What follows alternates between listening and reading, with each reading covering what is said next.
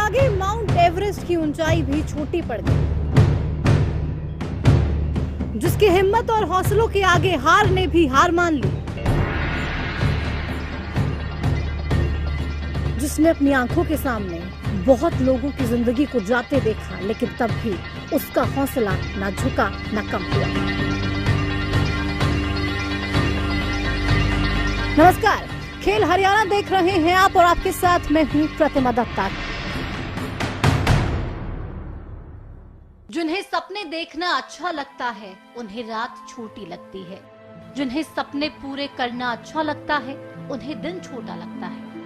ऐसा ही एक सपना देखा हरियाणा के एक साधारण से गांव के साधारण परिवार में पैदा हुए नरेंद्र यादव ने। 12 साल की उम्र में ही सबसे कम उम्र का पर्वतारोही बनकर जम्मू कश्मीर की पहाड़ियों पर चढ़ने वाले नरेंद्र के कदम लगातार आगे बढ़ रहे हैं। जितना ऊंचा एवरेस्ट है उतनी ही ऊंची नरेंद्र की सफलता भी। ये सफलता पहली बार में नहीं मिली। 2014-15 में 2 बार एवरेस्ट जा चुके नरेंद्र प्राकृतिक आपदा के चलते सफल नहीं हो पाए, पर उन्होंने हिम्मत नहीं हारी। एक बार फिर कोशिश की और आखिरकार 20 मई 2016 को सुबह 7:53 पर दुनिया का सबसे बड़ा माउंट एवरेस्ट उनके कदमों तले था और तिरंगा झंडा उस पर्वत के सीने में। नरेंद्र, पहले तो बहुत बधाई तुम्हें। जो तुमने काम किया है वाकई में काबिले तारीफ है। उसके लिए कैसे वो सपना देखा और आज वो उसको पूरा कर लिया, साकार कर लिया, कैसी फीलिंग है? मेरे को बहुत अच्छा फील हो रहा है। 2008 में मैंने ये सपना देखा था कि मैं भी एक दिन इंडिया के नाम कोई रिकॉर्ड लाऊं, टॉप ऑफ द वर्ल्ड जाऊं और अपने हिंदुस्तान, अपने मुल्क, अपने देश, अपने गांव और शहर का नाम रोशन करूं। तो मेरे को काफ़ी दिन हो गए प्रयास करते करते। 2008 से लेकर अभी 2016 हो गई, लगभग 8 से 9.5 साल हो गए हैं इस काम में मुझे लगे हुए। लेकिन पिछले 2 सालों से तो कुदरत ने मेरा साथ नहीं दिया, लेकिन इस साल कुदरत और भगवान और आप लोगों की सबकी दुआएं मेरे साथ रही और मैंने फाइनली 20 तारीख को एवरेस्ट को सबमिट किया सुबह 7:53 पे। सबके सपने साकार हो गए, लेकिन उसके पीछे जो कड़ी मेहनत है उसके बारे में लोग जानते नहीं होंगे। उन्हें लगता होगा, उन्हें शायद ये अंदाज़ा भी नहीं होगा कि माउंट एवरेस्ट की चढ़ाई करना कितना मुश्किल हो सकता है। कितने फीट ऊपर है माउंट एवरेस्ट चढ़ना? जो लोग बोलते हैं ना कि दुनिया चढ़ गई, बहुत लोग चढ़ गए, चढ़ते रहते हैं, कोई नई बात नहीं है, सब कर रहे हैं, लड़कियां चढ़ गई। तो मैं मानता हूँ लड़कियां लड़कों से कम नहीं है, लेकिन चढ़ाई इतनी आसान भी नहीं है जैसे लोग बया करते हैं कि जैसे कि हमारे यहाँ पे पहाड़ होते हैं। वहाँ टोटली डिफरेंट है। वहाँ पे 3 सिचुएशन को हैंडल करना डेली होता है। मौसम, टेम्परेचर और खाना और अपनी सेहत। ये जो 3 चीज़ें हैं आपस में एक दूसरे से जुड़ी हुई हैं। रात को माइनस में टेम्परेचर चला जाता है। खाने के लिए क्या होता है? ड्राई फ्रूट्स, चॉकलेट्स, पानी को पिघला के पीना पड़ता है। हर चीज़ सोचनी पड़ती है। यदि गॉगल्स उतारना है तो ये सोचना पड़ेगा कि क्या मैं दोबारा ज़िंदगी में कभी आँखों से देख पाऊँगा। ये सब सोच के सारे काम करने। गॉगल्स उतारने के बाद बहुत मुश्किल होती है, आंखों की रोशनी तक जा सकती है।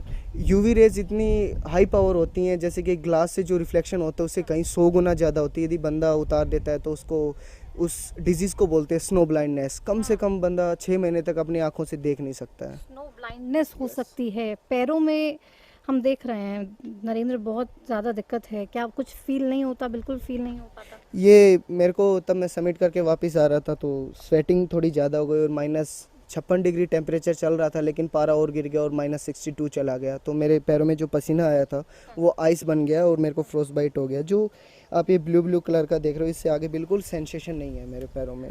मुझे पता नहीं है, ये शायद नॉर्विक हॉस्पिटल मेरा साथ नहीं देता काठमांडू में, नॉर्विक इंटरनेशनल, तो शायद मेरे आज सब उंगलियां कट चुकी होती। उंगलियां तक कट सकती थी। और ये कब तक, कितना समय इसमें ठीक होने के लिए लगेगा नरेंद्र? 2.5 मंथ में ये कुछ रिकवर हो जाएंगी, लेकिन जैसे पहले थी उसको होने में कम से कम 1 ईयर और 1.5 ईयर लगेगा। मुश्किल होती है आपको? हाँ, काफ़ी सारी मुश्किलें हैं, जैसे कि अभी फॉर्मल के नीचे सैंडल पहनने पड़ रहे हैं। दूसरी बात, चलने फिरने में दिक्कत होती है। कहीं मंदिर में जाना पड़ता है तो सोचता हूँ जूते तो निकालने पड़ते हैं, लेकिन फिर भी काफ़ी सारी मुश्किलों का सामना करना पड़ रहा है। बिल्कुल, बहुत सी मुश्किलें का सामना ज़रूर नरेंद्र ने करना पड़ता है और किया भी है, लेकिन यही वो तिरंगा है जो हमारे देश की आन बान और शान है, और नरेंद्र ने यही पूरा फ्लैग जाकर माउंट एवरेस्ट की चोटी पर चढ़ाया। क्यों नरेंद्र? आपने बिल्कुल ही अलग सा ये तरीका चुना, कैसे ये ख्याल जहन में आया?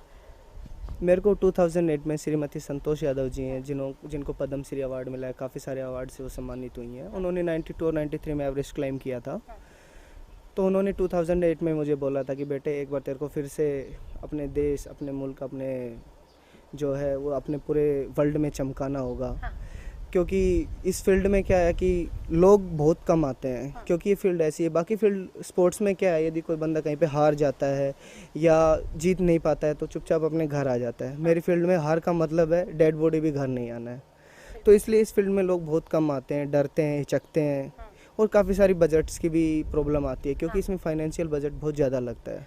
2008 से इस सफ़र की शुरुआत हुई और 2016 में ये मिला नरेंद्र को। ये वो फल है जिसका इंतज़ार नरेंद्र को बहुत बेसब्री से था। नरेंद्र जब ये सर्टिफिकेट हाथ लगा, पहले मैं ये बता दूं दर्शकों को इस पे क्या लिखा है।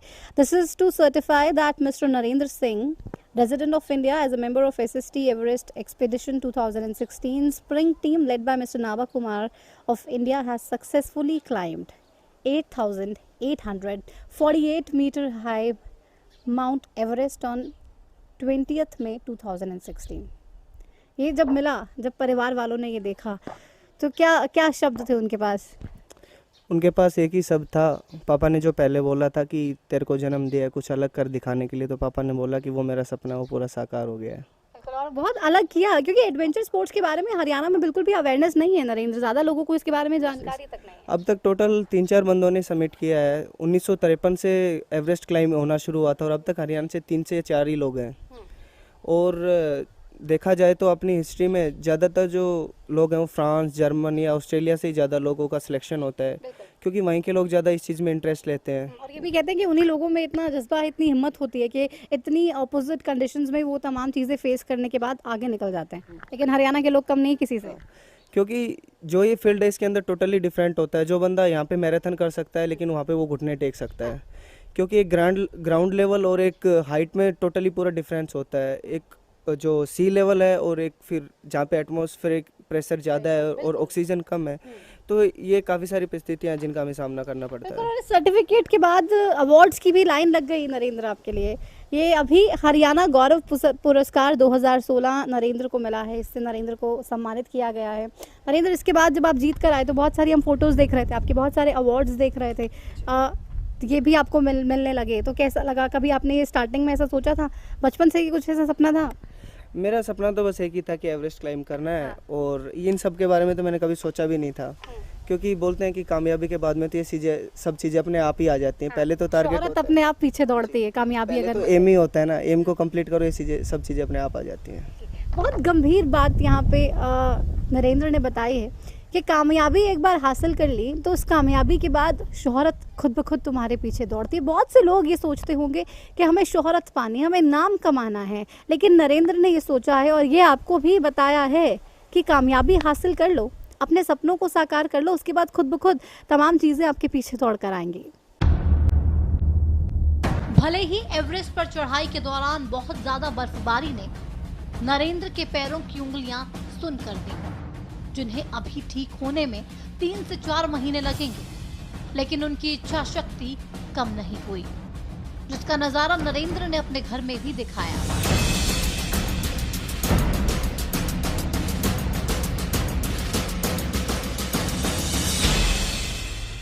तो इससे आप नीचे उतरते हैं ऊपर से, तो माउंट एवरेस्ट भी ऐसा सिमिलर रहता है कि उसमें डिफरेंस होता है? माउंटेन पे ग्रेडियंट्स होते हैं। अच्छा, माउंटेन और इसमें डिफरेंस क्या रहता है? टोटल डिफरेंट है। हाथ दिखा, आप अपने हाथ दिखाइए, ये हाथ छिल गए हैं।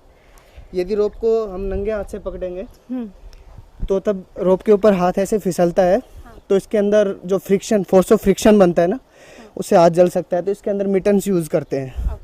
जो ग्लव्स होते हैं उनके अंदर लेदर के एक पार्ट लगा होता है जिनको हम बोलते हैं मिटन्स, वो फ्रांस मेड होते हैं, वो यूज़ करते हैं। तो अदरवाइज हाथ कट सकता है, जैसे कट गया है आपका हाथ। ठीक है, तो ऊपर क्लाइंब करने के लिए भी ऐसा ही था? हाँ, क्लाइंब करने की एक अलग टेक्निक है, ये अंडरस्टैंड होती है। ठीक है, इससे क्लाइंब होता है पूरा। ऐसे इससे ऊपर जाते रहते, बॉडी ऊपर उठती रहेगी। हाँ, अच्छा, तो क्या हो जाएगा अब? तो अभी आप ग्लव्स नहीं पहन रहे हैं? आप इंस्ट्रक्टर भी हैं यहाँ पर, एक एकेडमी में सिखाते भी हैं? मैं आईटीबीपी और बीएसएफ के कुछ एनएसजी से बंदे आते हैं, उनको मैं ट्रेन करता हूँ यहाँ अरावली हिल्स में कभी कभी। नेशनल सिक्योरिटी गार्ड्स को आप ट्रेन करते हैं? National security guards, BSF, ITBP, CISF, इनके जो बंदे ग्रुप्स आते हैं उनको मैं ट्रेन करता हूँ।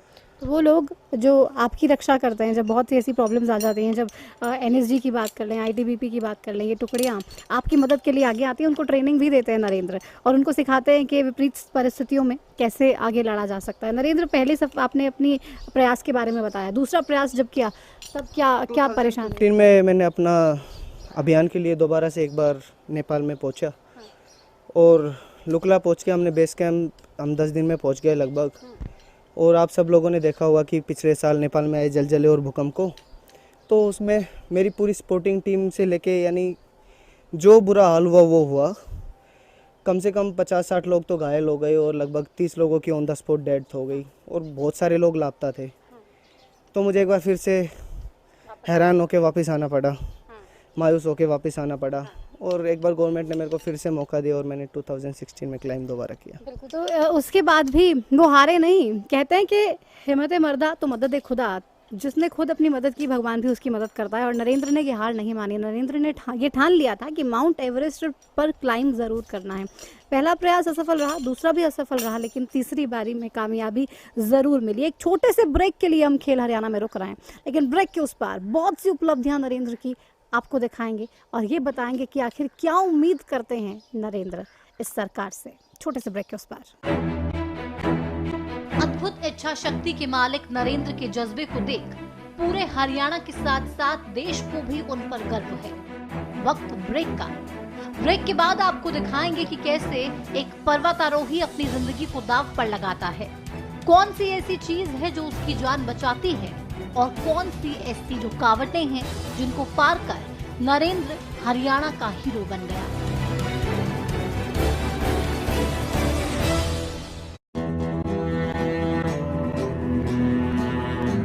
नरेंद्र ने दिखाया कि किस तरह से एक पर्वतारोही तैयारी करता है और किन किन चीजों का इस्तेमाल पहाड़ को चढ़ने के लिए किया जाता है। हर एक चीज की बारीक जानकारी रखने वाले नरेंद्र ने हर उस चीज के बारे में बताया जो मुश्किल घड़ी में किसी भी पर्वतारोही का सहारा बनती है। ये टेंट है जहाँ पर रहना पड़ता है जब आप जाते हैं माउंट एवरेस्ट को क्लाइम करने के लिए। तो करीब ऐसा ही टेंट है जिसमें आपको रहना पड़ता है, और नरेंद्र ने हमारे कहने पर ये टेंट हमें यहाँ अपने घर में कोसली में लगा के दिखाया है। तमाम वो चीज़ें जो माउंट एवरेस्ट पे जाके की जाती हैं वो हम आपको दिखाएंगे। नरेंद्र से उनके पूरे सफ़र के बारे में जानेंगे, क्योंकि हम बहुत खुश हैं, बहुत ज़्यादा प्राउड फील कर रहे हैं कि हरियाणा जो बहुत से स्पोर्ट्स के लिए जाना जाता है, वहाँ पर नरेंद्र ने एक बड़ा रिकॉर्ड अपने नाम कर लिया है। ये टेंट देख सकते हैं आप। नरेंद्र, इस टेंट में 72 दिन आप रहे हैं? जी मैम, 72 दिन मैंने इसी के अंदर अपना जीवन बसर किया है। हाँ। यही टेंट मैंने बेस कैंप में लगाया, फिर कैंप 1 में लगाया, कैंप 2 में लगाया, कैंप 3 में लगाया, समिट कैंप में लगाया, और आज अपने घर पे लगाया। आज आपने अपने घर पे ये टेंट लगाया है हरियाणा न्यूज़ के कहने पर। मैं आप चाहूँगी अब इस टेंट के बारे में हमें थोड़ा इसकी स्पेसिफिकेशंस नरेंद्र आप बताइए। क्या इस टेंट में जब आप जाते हैं अंदर तो आपको ठंड नहीं लगती है, उसका एहसास नहीं होता? बाहर का टेम्परेचर क्या है? ये जो कंपनी इसको बनाती है, इसको ऐसे तरीके से बनाती है, इसके अंदर 2 लेयर्स होती हैं, एक इनर लेयर और एक आउटर लेयर। दोनों के अलग अलग वर्क हैं। बाहर वाली लेयर वाटरप्रूफ, विंड और इन सब से बचाती है। Yes, green one. और जो ये वाइट वन है अंदर में, जो ये है जो अंदर टेंट का जो टेम्परेचर है उसको मेंटेन करके रखती है, टेम्परेचर को बाहर लूज़ नहीं होने देती है। और इस टेंट के अंदर -35 से 40 डिग्री तक टेम्परेचर होता है। तो बंदा जब गए थे तो 56 आपने बताया कि टेम्परेचर था। जी। तो कैसे आपने कोप अप किया? टेम्परेचर रात को गिरता है तो इसके अंदर एक लेयर बन जाती है आइस की, अंदर भी आइस जम जाती है। अच्छा, अंदर भी आइस जम जाती है? हाँ, लेकिन जो बॉडी टेम्परेचर है उसकी वजह से वो इफेक्ट नहीं करती है, क्योंकि शाम को 5 घंटे के 12 बजे के बाद में तापमान ज़्यादा गिरता है रात को, तो तब तक तो बंदा इसमें स्लीपिंग बैग में इतनी हीट हो जाती है कि तो बंदा महसूस नहीं कर पाता है कि कितनी ठंड हुई। ये डक डाउन फेदर से बना है पूरा। अच्छा। हाँ जी। तो इसके अंदर ये बहुत हीट है इसके बहुत अंदर। हीट है। टच करने से ही बहुत हीट फील हो रही है। बहुत ज़्यादा हीट है और लाइट वेट होता है और -60 डिग्री तक ये कंपोज कर लेता है। अच्छा, -60 डिग्री हाँ, तक आप इसमें yes, रह के सहन yes, कर सकते हैं। yes. सो इसकी वजह से ये इजी हो पाया। Yes. ओके। नरेंद्र, इसके नीचे ये भी है, ये क्या है? इसको मैम कैरी मैट बोलते हैं। ओके। और ये माइनस में टेम्परेचर हो चाहे प्लस में हो, चाहे कुछ भी कितना भी टेम्परेचर गिर जाए, हाँ। नीचे से जो बर्फ़ पसीना छोड़ती है, स्वेटिंग छोड़ती है, उससे स्लीपिंग बैग को और मेरे बॉडी टेम्परेचर की हीट लूज होने से बचाता है। अच्छा, तो ये वो हीट इसको हम जो है माउंटेन उसको मेंटेन करके रखती है। इसको हम माउंटेन सोफ़ा बोलते हैं। अच्छा, तो ये अपने language माउंटेन में। सोफा भी इसे कहते हैं। ये तमाम इक्विपमेंट्स जो हैं, यही इन्हीं के सहारे ही जो आज ये क्लाइम किया जाता है माउंट एवरेस्ट। और हम ये देख रहे हैं नरेंद्र, ये हुक्स है। इनको कैरावाइनर्स बोलते हैं। ये स्क्रू गेट कैरावाइनर्स हैं और ये प्लेन है। हम्म। इनकी कैपेसिटी इनके ऊपर लिखी हुई है 24,000 किलो न्यूटन, मतलब 24,000 केजी का इसके ऊपर दबाव पड़ेगा तो ये टूटेगा, नहीं तो नहीं टूटेगा। अच्छा, UIA से टेस्टेड होते हैं, यूनाइटेड इंटरनेशनल अल्पाइन एसोसिएशन से। ओके। इसको बोलते हैं डिसेंडर, इसको फिगर ऑफ 8 भी बोलते हैं। ये तब हम क्लाइंबिंग करने के बाद में रैपल डाउन करते हैं, उसमें यूज़ होता है। ये 3,000 केजी तक का वेट लेता है। ओके। ओके। किस लिए? इसको ब्यूटेन गैस बोलते हैं। ये जो बनाई गई है इसका एक ही पर्पज़, ये सिर्फ माउंटेन में यूज़ होती है। इसकी जिस वजह से ये बनाई गई है उसका एक ही पर्पज़ है, एक ही स्पेसिफिकेशन जो है वो मैं आपको बता देता हूँ। माइनस में टेम्परेचर जाने के बाद में भी ये गैस जमती नहीं है। ओके। और इसको हम अपना खाना पकाने के लिए, जो भी नॉर्मल खाना होता है, और पानी गर्म करने के लिए इसको नॉर्मली यूज़ करते हैं माउंटेन। तो सोचिए, हर तरफ बर्फ़ ही है, खाने के लिए कुछ है नहीं, टेम्परेचर ही -56 है, तो ये गैस के सहारे ही पानी पिया जा सकता है। इसी गैस के सहारे इसको हीट अप करके आप इसके जो ऊपर आइस बर्नर है, लगता है। इसके ऊपर बर्नर लगता है और उस बर्नर को मेल्ट करने के बाद पानी मिलता है, तब जाकर पानी नसीब होता है। तो सोचिए, जिस पानी को पीने के लिए हमें लगता है कि नहीं पानी साफ़ नहीं है, बर्फ़ में जब एक व्यक्ति होता है, गैस से पहले बर्फ़ को मेल्ट करता है और उसके बाद पानी मिलता है, कितनी मुश्किलें होंगी, आप अंदाज़ा भी शायद नहीं लगा सकते। और ये हेलमेट ब्लैक डायमंड जो कंपनी है उसका है। ओके। इसकी स्पेसिफिकेशंस जो मैं आपको बताना चाह रहा हूँ। जब हम क्लाइंब करते हैं तो कभी भी बर्फ़ टूट के गिर सकती है या कोई भी एवलांच आ सकता है। तो सबसे ज़्यादा इंजरी जो है ना, बोलते हैं कि सर में लगने से इंसान की मौत बहुत जल्दी हो जाती है। हाँ। और ठंड में यदि सर में चोट लग गई तो बोलते हैं कि ब्रेन हेमरेज बहुत जल्दी हो जाता है, जो हमें पढ़ाया जाता है। उस पर्पज़ के लिए हम इसे यूज़ करते हैं। ये हेडलैम्प है। जब हम नाइट मार्च में निकलते हैं, नाइट में जब हमें मूव करना होता है तो हम इसका यूज़ करते हैं। ठीक है, तो ये हेलमेट वैसे भी पकड़िए आप, ऐसे भी कहते हैं कि हेलमेट पहनना बहुत ज़रूरी है जब गाड़ी चला रहे हैं तो, लेकिन जब माउंटेन को क्लाइंब कर रहे हैं तब भी हेलमेट पहनना बहुत ज़रूरी है। और इसी हेलमेट को पहन के इसको लॉक करने के बाद ये हेलमेट लॉक हो गया है। और ये लाइट के सहारे, जब रात को आपको आगे बढ़ना है, आगे क्लाइंब करने के लिए, तो इसके सहारे ही आप आगे बढ़ते हैं। ठीक है नरेंद्र, और इसके अलावा ये क्रैम्पोन्स हैं जो जूते के नीचे फिट होते हैं। ठीक है, ये जूता है जी। ये भारी भरकम जूता देख रहे हैं आप, ऐसे जूते नहीं हैं कि आप बस 1 सेकंड में पहने और चले जाएं। ये जूता माउंट एवरेस्ट पर चढ़ने के लिए ही पहना जा सकता है।